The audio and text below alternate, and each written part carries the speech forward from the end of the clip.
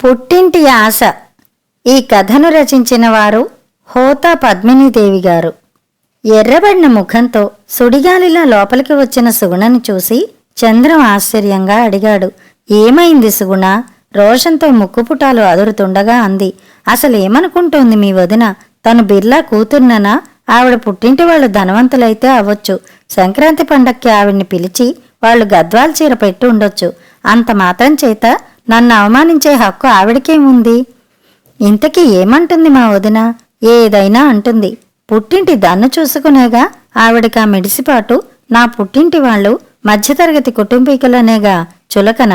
సుగుణ కళ్లల్లో నీళ్లూరాయి. ఉష్, ఏమిటది చిన్నపిల్లలా? ఆమె స్వభావం తెలిసి కూడా. స్వభావం? అవును, తెలుసుకోండి స్వభావం. నేను కాపరానికి వచ్చింది మొదలు పిల్లి మీద ఎలక మీద పెట్టి నన్ను ఏదో ఒకటి అంటూనే ఉంది. ఇవాళ మొహం మీదే అనేసింది. గాద్గతికమైన స్వరంతో అంది. అసలేం జరిగిందని అతను అడక్క ముందే చెప్పింది. నేను కట్టుకున్న ఈ చీర చాలా బాగుందని మెచ్చుకుంటూనే ఖరీదు అడిగి 300 అని నేను చెప్పగానే, మీ వాళ్ళు అంతకంటే ఏం పెడతారులే అంది. ఆమె కళ్లల్లో మళ్లీ నీళ్లూరాయి. చంద్రానికి వదిన మనస్తత్వం బాగా తెలుసు. పుట్టింటి నుంచి ఆస్తి తెచ్చిందనే అహం ఆమె అణువణువునా నిండి ఉంది. అలాంటి వదిన తన భార్యను హేళన చేసిందంటే అతను ఆశ్చర్యపోలేదు. ఆమెను మనసులోనే ఆవగించుకున్నాడు. అయినా మా నాన్నగారిని అనాలి. పెద్ద సంబంధాలు చేయగానే సరికాదు, వాళ్ళ స్థాయికి తగ్గట్టు ముచ్చట్లు జరపక్కర్లేదా? కనీసం మీ వాళ్ల ముందు నేను తల ఎత్తుకుని తిరిగేలా కాస్త ఖరీదైన చీర పెట్టవచ్చుగా నాకు. ఏ పండక్కైనా నాకు 300కి మించి చీర పెట్టారా? పోనీ మీకు ఆస్తిపరుడు, పెద్ద ఉద్యోగంలో ఉన్న అల్లుడని మీకైనా ఖరీదైన బట్టలు పెట్టారా? ఎప్పుడూ చవకరకం బట్టలే. మీ వదిన హేళన చేసిందంటే చెయ్యదు. వాళ్ళ నాన్నగారు ఆవిడికి ఖరీదైన చీరలు పెట్టడమే కాదు, బంగారు గాజులో డైమండ్ రింగో ఏదో ఒకటి గిఫ్ట్గా ఇస్తూనే ఉంటారు. సుగుణ స్వరంలో తోటికోడలి అదృష్టానికి ఈర్ష్య కంటే తన పుట్టింటి వాళ్ళు ఘనమైన కానుకలు ఇవ్వకపోవడం వలన ఆమె ముందు తను పొందిన అవమానం తాలూకు బాధే ఎక్కువ ధ్వనించింది. మీ నాన్నగారి పరిస్థితిని బట్టి అయినా నువ్వలా మాట్లాడకూడదు, మెత్తగా మందలించాడు చంద్రం. అయినా మనకి సంక్రాంతి నుంచి శివరాత్రి దాకా అన్ని పండగలే. వాళ్ల తాహతకి తగ్గట్టు మనకి మర్యాదలు చేస్తూనే ఉన్నారు. మా వదిన హేళన చేసిందని ఇరుగు పొరుగు వాళ్ల మధ్య గొప్ప కోసమో వాళ్ల నుంచి ఖరీదైన కానుకల్ని ఆశించడం తప్పు. మరో సమయంలో అయితే భర్త మాటలకి ఎలా స్పందించేదో కానీ అవమానంతో ప్రజ్వరిల్లుతున్న ఆమె మనసుని అతని మాటలు పెద్దగా కదిలించలేకపోయాయి. మొగుడు కొట్టినందుకు కాదు, తోటికోడలు దెప్పినందుకు అనే సామెతగా పుట్టింటి వాళ్ళు తనకి ఖరీదైన చీర పెట్టనందుకు కాదు, ఆమె తన వాళ్ల లేమిని ఎత్తి చూపించినందుకు ఆమె మనసు బాధావమానాలతో మరిగిపోతోంది. తన మాటలకి ప్రత్యుత్తరం ఇవ్వని భార్య మూడు కనిపెట్టి చంద్రం మౌనంగా ఊరకుండిపోయాడు. సుగుణకి తోటికోడలి హేళనాపూరితమైన మాటలు పదే పదే గుర్తుకొస్తున్నాయి. ఆమె హేళన చేసిందంటే చెయ్యదు మరి. తన పెళ్ళై 2 ఏళ్లు. ఈ 2 ఏళ్లలోనూ ఏ పండక్కి ముష్టి 300 ఖరీదు చేసే చీర తప్ప నలుగురిలో గొప్పగా చూపించుకునే చీర ఒక్కటైనా పెట్టారా? తన అత్తవారు ధనవంతులు, వాళ్ల మధ్య తను చిన్నబుచ్చుకోకూడదనే ఇంగితం ఉండొద్దు. అసహనంగా పళ్ళు కొరుక్కుంది. ఎలా ఉన్నావమ్మా సుగుణ? ఫోన్లో అన్నగారి స్వరం విని ముభావంగా అంది. బావగారు కులాసానా? ఇంట్లో ఉన్నారా? ఆయన క్యాంప్కెళ్లారు. ఏమిటి విశేషం? విశేషమే నవ్వి అన్నాడు. మన ఇంటి రిపేర్లు పూర్తయ్యాయి. వచ్చే ఆదివారం పాలు పొంగించి సత్యనారాయణ వ్రతం చేసుకుంటున్నాం. నువ్వు బావగారు తప్పక రావాలి. నాన్నగారు మిమ్మల్ని విడిగా పిలుస్తానన్నారు. మన బంధువులందర్నీ పిలుస్తున్నారా? ఎవరినీ పిలవడం లేదు. ఇంటికి స్లాబ్ వేసి ఫ్లోరింగ్ చేయించి చిన్న చిన్న రిపేర్లు చేస్తేనే తడిసి మోపెడయింది. బంధువుల్ని పిలిస్తే వాళ్ళకి భోజనాలు పెడితే సరిపోదు. అందరికీ బట్టలు పెట్టకపోయినా ఆడవాళ్ళకి జాకెట్ గుడ్డలైనా పెట్టాలి. మిమ్మల్ని తప్ప ఎవరినీ పిలవడం లేదు. నాకూడా జాకెట్ గుడ్డతో సరిపెట్టేస్తావేమిట్రా? వేళాకోళంగా అంటున్నట్టు అంది. ఛా, అలా ఎందుకు చేస్తాం? నీకు బావగారికి బట్టలు కొంటానన్నారు నాన్నగారు. మీరు కొనొద్దు. నాకు బావగారికి నచ్చిన బట్టలు ఇక్కడే కొనుక్కుంటాం. తర్వాత మీరు డబ్బు ఇద్దురుగాని. సరేలే, మీ పనుల హడావిడిలో పడి బావగారిని పిలవడం మర్చిపోకండి. ఉంటాను. ఫోన్ పెట్టేసింది. తనకి గద్వాల్ చీర, భర్తకి రేమండ్స్లో మంచి బట్టలు కొనుక్కోవాలి. వాటిని తోటికోడలికి గర్వంగా చూపించాలి. ఆమె తన మనసులోని ఈ ఆలోచనని భర్తకి చెప్పలేదు. సత్యనారాయణ వ్రతానికి తన పుట్టింటి నుంచి ఆహ్వానం వచ్చిందని మాత్రం చెప్పింది. మావిడాకుల తోరణాలతో అలంకరింపబడిన ఆ ఇల్లు ఆహుతులతో సందడిగా ఉంది. రంగనాథం, శారదమ్మ దంపతులు సత్యనారాయణ స్వామివారి వ్రతం చేస్తున్నారు. సుగుణ వదినలిద్దరితో పాటు పేరంటాళ్ళకి పసుపు కుంకుమ ఇస్తోంది.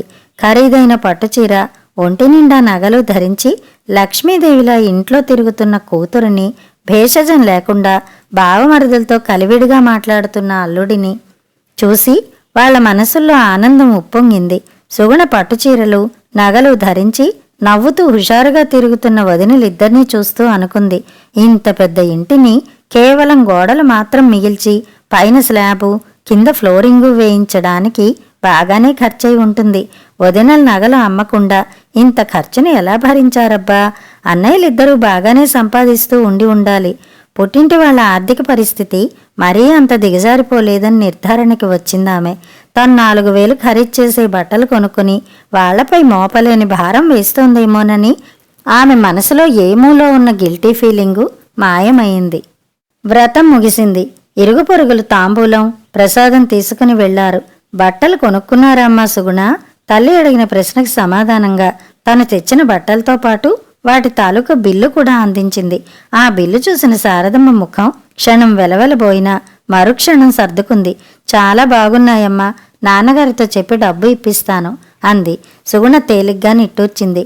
మామగారు తన చేతిలో తాంబూలంతో పాటు పెట్టిన ఖరీదైన బట్టల్ని చూసి నివ్వెరపోయిన చంద్రం, ఇదేమిటి మావయ్య, ఇప్పుడెందుకు ఇవన్నీ అన్నాడు వారిస్తున్నట్టు.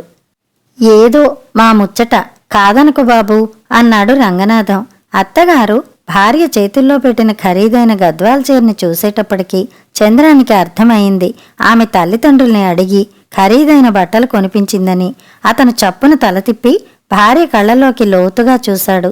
అతని చూపు ఆమెను నిలదీస్తున్నట్టుంది. సుగుణ చూపు మరల్చుకుంది. తర్వాత ఆమె ఒంటరిగా చిక్కినప్పుడు అడిగాడు, మీ నాన్నగారిని అడిగి అంత ఖరీదైన బట్టలు కొనిపించావా? అడగలేదు, నీకు నచ్చిన బట్టలు కొని తెచ్చుకో అని మా అన్నయ్య అన్నాడు. అందుకని మహా తెలివిగా మాట్లాడుతున్నాను అనుకుంటున్నావు కదూ. వాళ్ళు నీకు నచ్చినవి కొనుక్కోమంటే వేలకు వేలు ఖరీదైన బట్టలు కొనుక్కోమని అర్థమా? మీరూరుకోండి, ఒక్కగానొక్క ఆడపిల్లని, పైగా స్థితిమంతుల కోడల్ని, నా ముద్దు ముచ్చట్లు తీర్చవలసిన అవసరం వాళ్ళకి లేదా? అయినా మా వాళ్ళు మరీ అంత లేనివాళ్లేమీ కాదు, ఆ మాత్రం పెట్టొచ్చు అంటున్న భార్యని కోపంగా ఒక్క చూపు చూసి ఊరుకున్నాడు చంద్రం. తల్లి తన చేతిలో ఉంచిన 4,000 రూపాయలను చూసి తను తప్పు చేసిందా అనిపించిందామెకి ఒక క్షణం. మీ చేత ఇంత డబ్బు ఖర్చు పెట్టిస్తున్నాను, కానీ తప్పలేదమ్మా. ప్రతి పండక్కి మీరు నాకు, మా ఆయనకి చౌకరకం బట్టలు పెడుతుంటే మా తోటికోడల ముందు నాకెంత అవమానంగా ఉందో తెలుసా? మొన్నటికి మొన్న ఆవిడ ఫెడేల్న ఎంత మాట అనేసిందో తెలుసా అంటూ ఆవిడ అన్న మాటల్ని యథాతథంగా చెప్పింది. శారదమ్మ ముఖం లానమైంది. మీ నాన్నగారి పరిస్థితి నీకు తెలియందేమీ కాదు. నీ పెళ్లికి, మీ అన్నయ్యల చదువులకి అయిన అప్పుల్ని ఆయన మొన్నటిదాకా తీరుస్తూనే ఉన్నారు. ఇల్లంతా కారిపోతుంటే రిపేర్ చేయించవలసి వచ్చింది. మీ పెద్దన్నయ్య బ్యాంకు లోన్ తీసుకున్నాడు. అన్నయ్యలిద్దరికీ ఇంక నుంచి నెలకి 1,200 చొప్పున జీతంలో లోన్ తాలూకు డబ్బు తీరేదాకా కట్ అవుతుంది. మాకు ఒక్కగానొక్క ఆడపిల్లవి, నీ ముద్దు ముచ్చట్లు తీర్చవలసిన ధర్మం మాకుంది. కానీ మా తాహతకి మించి తేలేము కదా. మీ అన్నయ్యలిద్దరూ ఇద్దరేసి పిల్లల్ని చదివిస్తూ ఈ సంసారాన్ని బాగానే లాక్కుని వస్తున్నారు. ఇంటికైనా అప్పు తీరకుండానే వాళ్ల పిల్లలు పెళ్లికి ఎదిగి వస్తారు. ఏం చెయ్యాలో ఏమిటో. తల్లి స్వరంలోని బాధావేదనలు ఆమె గుండెని తాకాయి. అప్పటి వరకు భుజాల చుట్టూ కప్పుకున్న పైట కొంగుని తీసి తల్లి ముఖాన్ని తుడుచుకుంటుంటే ఆవిడ మెడలోని పసుపు తాడుని అప్పుడు చూసింది సుగుణ. నీ మెడలో నాన్తాడేమైందమ్మా? సిమెంట్ బస్తాలకి తక్కువ అయిందని తాకట్టు పెట్టాం. అనుకున్న దానికంటే చాలా ఖర్చయిపోయింది.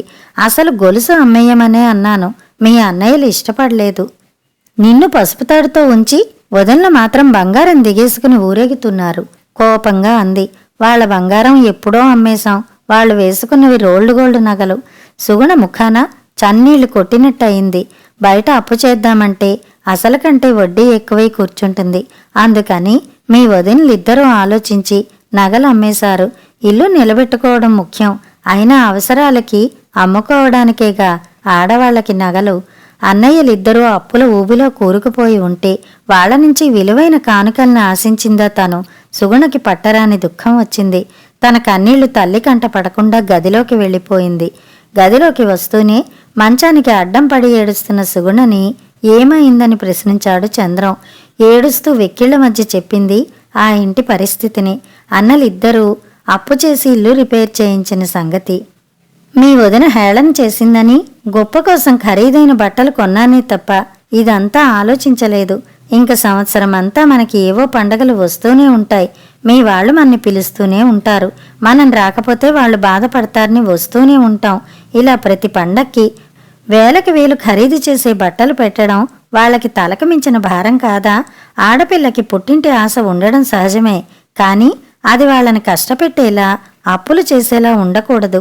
అల్లుడైనా కొడుకులా తన వాళ్ల కష్టాన్ని అర్థం చేసుకున్న భర్త వైపు చూస్తున్న సుగుణ మనసులోని పశ్చాత్తాపం కళ్లల్లో వ్యక్తమైంది. ఈ డబ్బు అమ్మకి తిరిగి ఇచ్చేస్తాను అంది. వద్దు, బాధపడతారు.